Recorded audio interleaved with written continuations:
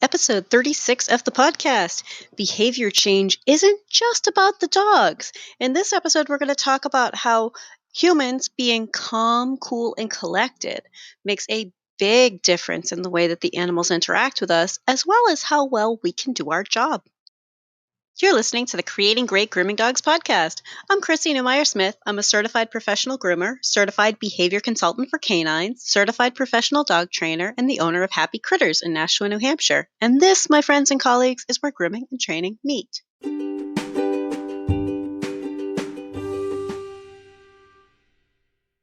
On the podcast, I've talked an awful lot about teaching dogs to be calm, comfortable, and cooperative, and referring to that as the 3 C's, because we want a dog to just kind of relax, be repositioned, stand up.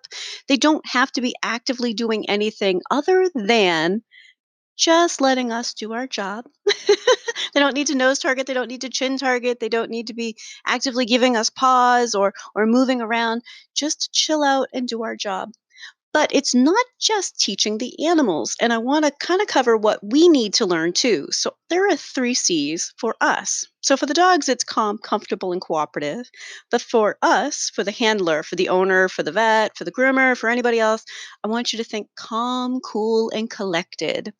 Because we need to change a little bit about the way we interact with a dog who is scared. And maybe you've been doing it all along, and that's awesome. But let's just talk about it anyway, because I want to give you some more insights on how you can explain it to somebody else. Often we are explaining to customers how to work on things. And so to have a variety of ways to explain it for them, for every individual to have their aha moment. So let's start off with the fact that when we're calm, cool, and collected, I almost said the dog version. That's all right. We're just going to keep going. But when you're calm, cool, and collected, you're able to watch the animals and their responses and be more objective about what you see, feel, and hear.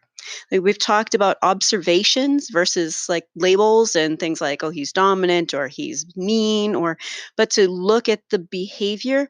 And when you're calm, cool, and collected, you're far more likely to be able to see, hey, he just stiffened up.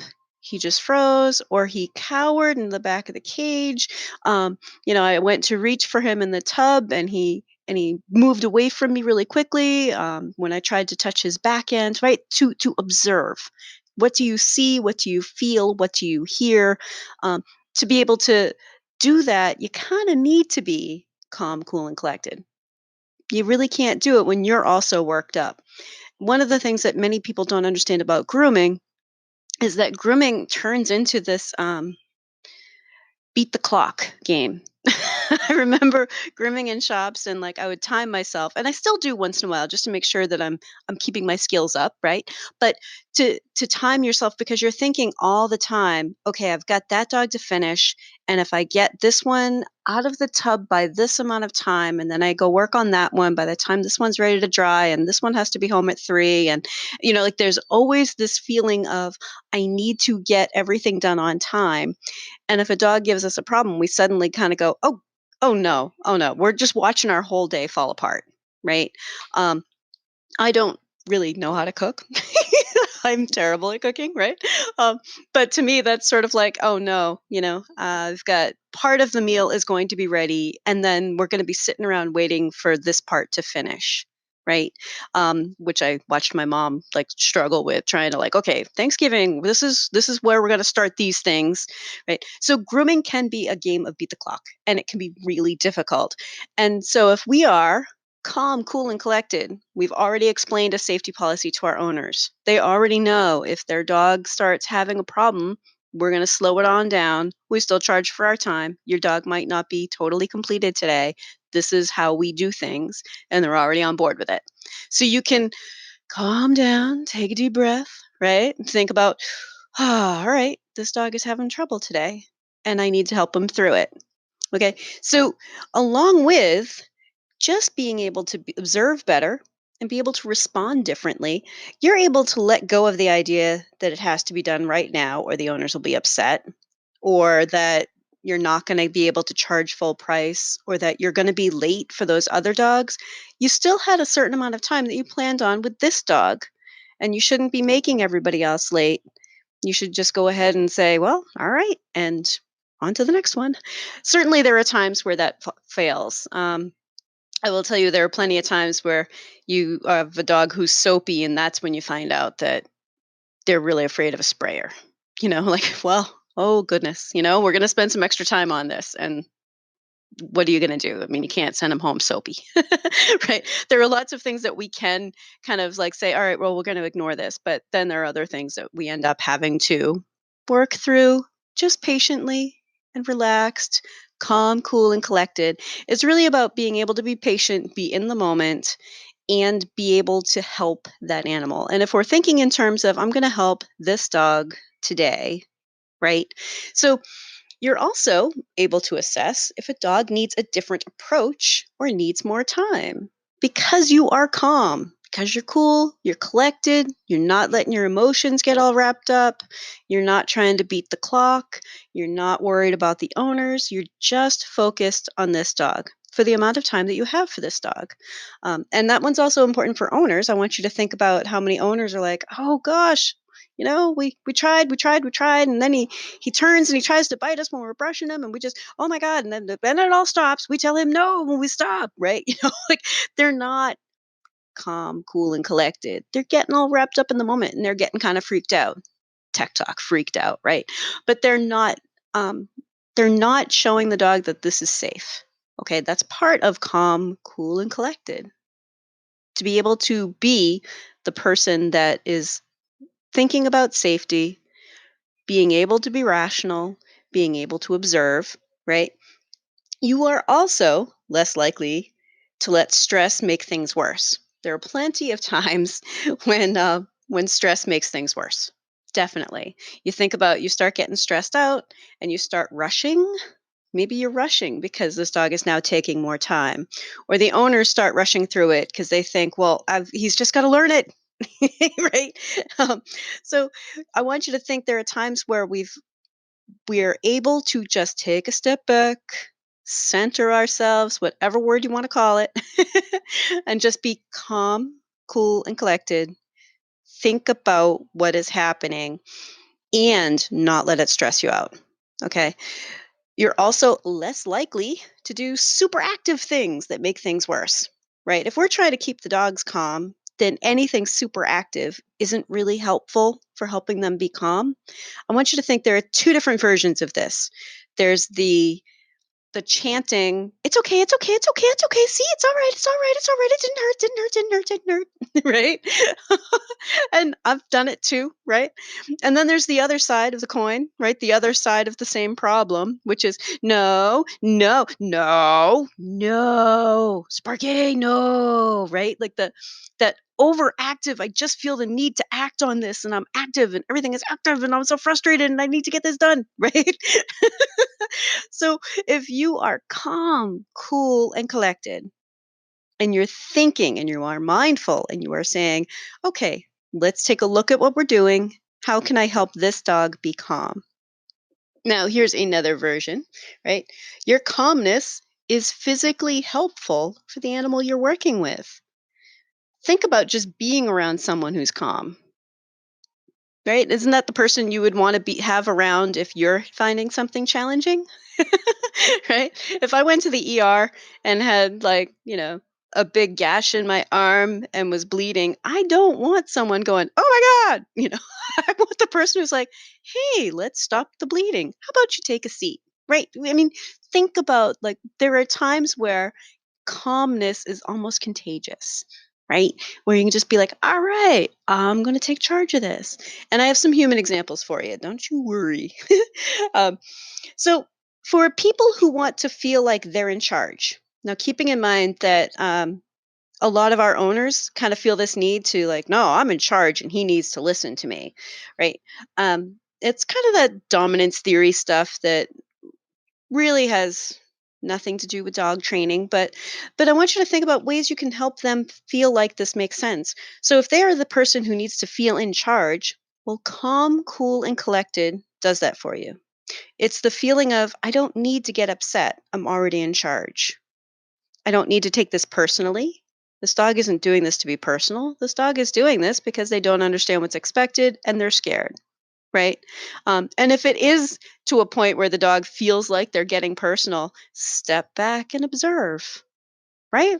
Watch what's going on. Think more about it because dogs very rarely are like, "I'm gonna bite that guy on Tuesday." Yeah, that dude's gonna get bit on Tuesday, right? Now, for the people who want to be their dog's best friend, and we see that a lot too. That's the other side. And often we find that more with owners. Not so much with the dog professionals because we have a different view, but owners sometimes have the rose colored glasses. And what I mean by that is that they are so sure that this dog needs um, love and affection. And after that, everything will be fine. But the dog needs more than just love and affection, right? I'm a positive reinforcement trainer, and every once in a while, there's someone who thinks that we're using sunshine and rainbows to train. I'm like, oh wow, sunshine and rainbows. That's cheaper than treats. That'd be good. Um, but I want you to think about the people who want to just be their dog's best friend and just want their dog to always be happy, right? Calm, cool, and collected does that too, right? The feeling is I'm going to keep everything safe. That's a pretty powerful message. Like, hey, you're safe. I'm keeping everything safe. I'm not letting it get to me. I'm not getting upset. I'm not taking anything personally. I'm observing your behavior and I'm willing to work with you. Right. So, for our owners who are on either of those extremes, calm, cool, and collected helps them be the type of owner that can help their dog calm down. Not necessarily that they're helping you on the grooming table, because oftentimes that's a hazard. For a number of reasons. Sometimes it's just because you're in a grooming setting with other dogs in the room and you don't want the liability of having an owner there. But even when I'm at somebody's home, there are times where I'm like, I don't think this owner is quite the right match for helping me with anything. Right. um, but I want you to think about communicating it with them so that when they are working on something at home, they're able to be helpful instead of like, oh, he's going to learn it. They said he needs to learn about brushing and accidentally tormenting the dog with the brush because that happens a lot, right? But the other thing about being calm, cool, and collected is that you put yourself in a proactive situation instead of a reactive situation. And what that means is that you are, instead of just putting out fires, like, "Oh no, it happened again. What do I do? Oh no, it happened again. What do I do? Oh no, it happened again." Right? Now you're saying, "I wonder if it will happen again, and what do I want to do if it happens again?" Right? You are proactive. You're saying, "I am getting on top of this before anything goes wrong." Right? It's a plan, and I'm just going to be calm, comfortable, cooperative dog. And then for me to be calm, cool, and collected, we're going to work together. We're going to get through it. And some of this, I have a bunch of examples for people, but also from large animal work that I've done because I worked on a dairy farm and I've worked with horses. And there are things that we do with dogs and with smaller animals that we wouldn't do with larger animals because we know if we get really, really active, they get really active. So calm, cool, and collected. If you're enjoying my podcast, please remember to subscribe so that you don't miss any episodes. I'm going to start us off with some human examples. Now, imagine you are waiting at the registry for what seems like a lifetime, right? You're sitting there thinking, oh man, I gave myself like an hour and a half to be here, and this is taking even longer. You're starting to stress out, right? By the time you get your number called and you go up to that person can totally change your mood to make it worse or make it better. And I can think of a number of times where, you get up to the window and they're like, but you don't have this piece of paper, and you're just about ready to lose it. I think everyone has felt that at some point. You're like, oh, I told them what I needed and they said I had the right paperwork, because I don't know about where you live, but in New Hampshire and in Mass, the two states that I've lived in, there's usually someone there making sure you have the right paperwork before you get in line. Thank goodness, because that makes life so much easier. But that person at the window, the way they treat you when you're already under stress can change the entire mood. So now let's imagine you get up to the window and that person's like, "Excellent. Great. It seems like you have everything right here. I'm going to need a check from. Oh, you already have it written out. Excellent. Let's find out what the exact cost is going to be. You're all set. Have a great day. Right? You find somebody who's competent, who's really up to date on what exactly needs to be done. They're pleasant. They can totally change the mood. So when we think about dogs in our grooming situations or at a vet situation, they're already apprehensive, right? And if we look at a card and think, oh, God, it says he's a big problem. Sure, I don't want to groom him, like, or I don't, oh God, here we go. Get a couple extra tacks and a towel and some leather gloves, right? Like, if we already have that feeling, our interactions are going to be different. But if we're calm, cool, and collected, and keeping in mind the dog that we have today, and that we're able to kind of pull ourselves together, right? And be in the moment, watch what is happening today, and try to help that animal and be thinking about, I'm trying to help that animal. It makes a big difference, just like it does at the registry when they're like, I'm just trying to help you get this car on the road. Let me get you your plates. You know, and you're thinking, thank God, because now you're excited. My car is going to be on the road, right? Um, Now, another example I want to give you guys. I want you to think back to some point when you were a kid and one of the adults nearby was getting stressed out or scared. Um, and I'm going to give an example from my own life.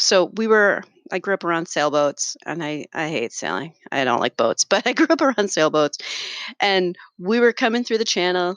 It's already a bad day, already bad weather, already a bad channel to try to get through. And the dinghy starts to sink, tied to the back of the boat.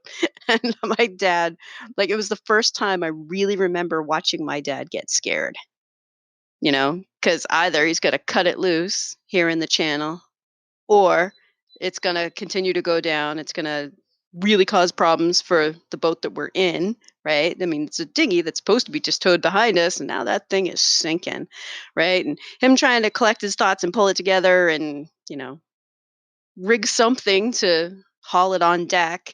Um, so it was one of those moments where we saw dad get scared, right? Like watching mom get scared wasn't the same kind of feeling, but dad, wow.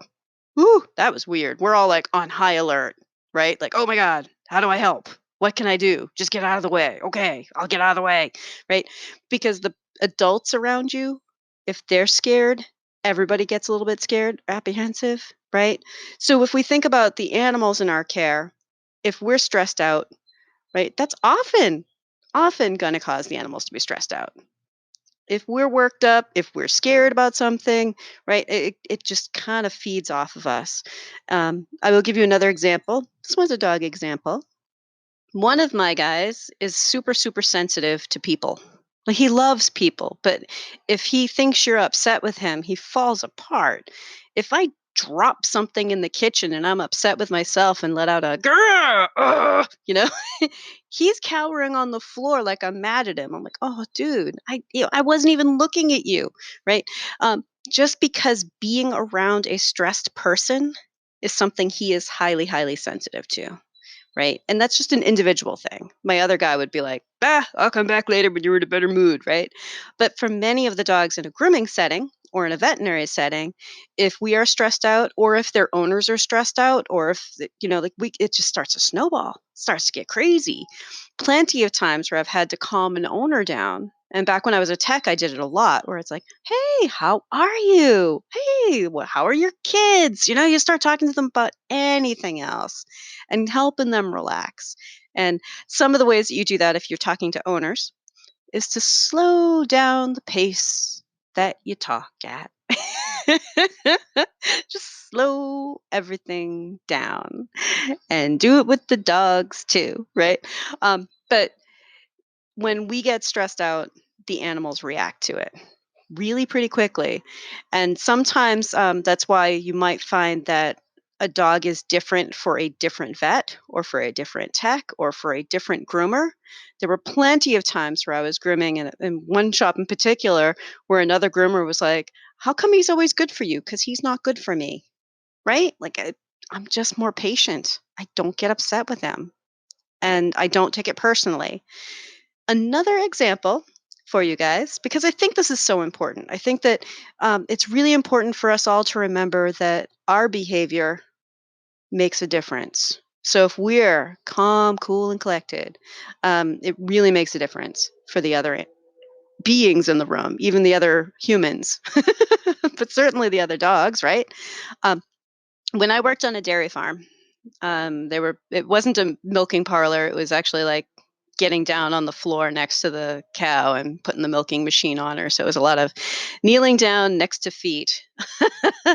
And every once in a while you had a cow that just was having a tough day, or it was spring and it was the beginning of the flies and none of them are used to it anymore, and they're super super flitchy and they're flicking their tails around and they're stomping around and they're just kind of get used to the feeling of bugs. We're all kind of getting used to the feelings of bugs. Farm work's tough. Um, but what happens is that when they start getting really, really twitchy like that, you really have to slow down. Hey, all right. I know. The flies are bothering you. All right. Chill out. Calm down here with me. And slow petting, calm talking, right? And you try to get that milking machine on her, right? Um, because if we get really active too, not only is that an animal that's already acting up, already being agitated, already feeling uncomfortable, right? But they can easily just walk away.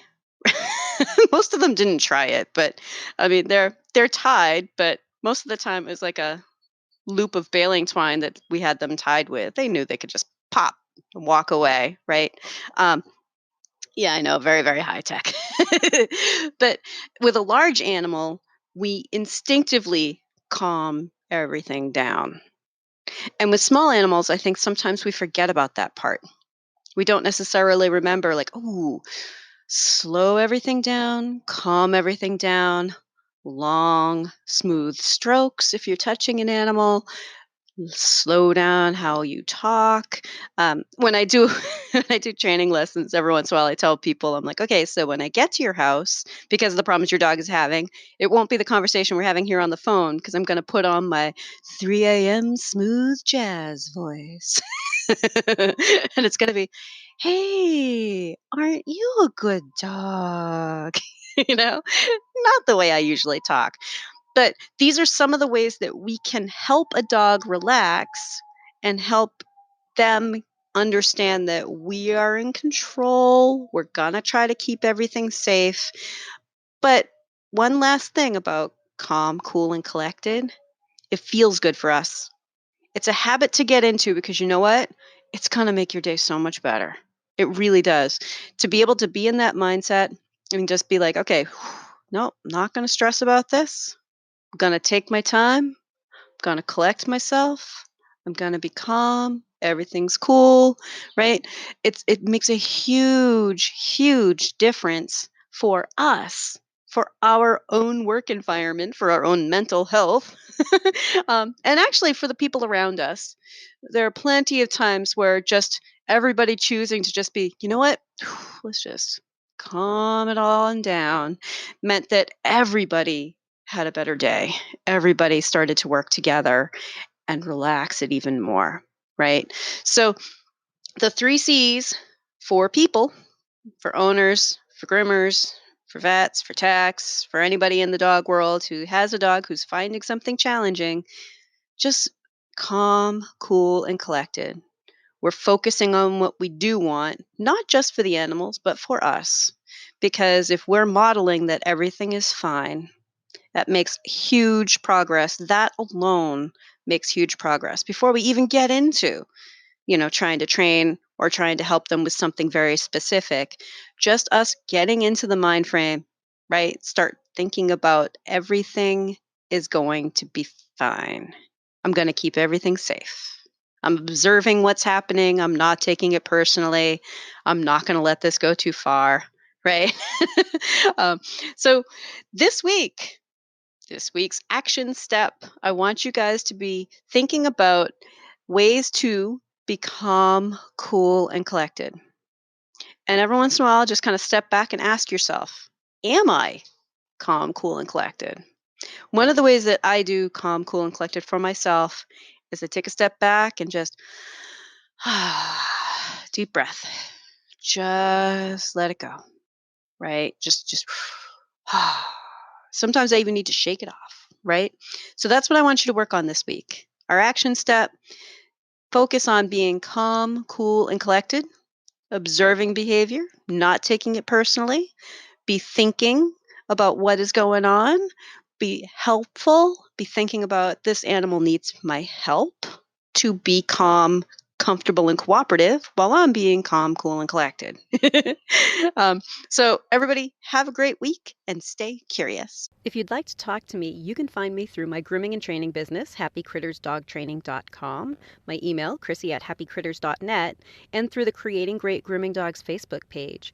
And we have these awesome devices in our pockets that allow us to do live video with each other. I can help you with the dog on your table. We can set up live lessons, and you may be surprised at how much we can get accomplished together via video. If you're ready to go beyond the podcast, and I hope you do, I've made it really easy for you. If you go to creatinggreatgroomingdogs.com and click on your next step, you'll see all of the options. There's the Scholar Lounge community, there's the Modern Grooming Professional certification, there's Master Canine Stylist and Professional Canine Stylist diploma testings, there's the Behavior Lab for coaching and private one-on-one sessions with me, and of course the Master Groomer Behavior Specialist program.